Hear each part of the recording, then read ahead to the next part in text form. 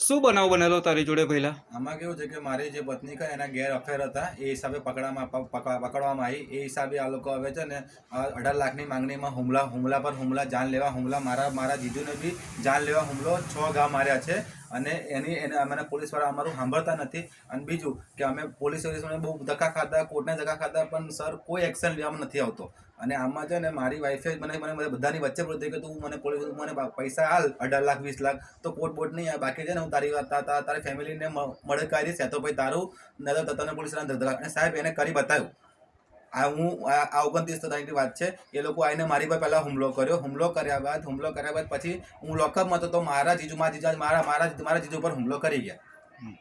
આ અરજી તમે ક્યાં ક્યાં પહોંચાડી છે? સાહેબ અમે આ અરજી અમારું નીચે કોઈ લક્ષ્મીપુર નથી સાંભળતા કે નથી કોર્ટ સાંભળતા, એટલે એ સાહેબ અમે પોલીસ ભવન ને કલેક્ટર કચેરી અમે અરજી આપી છે. હવે એ સાહેબ જે એક્શન લે એ સારું, અને અમને જે બી અમે ન્યાય આપો બસ.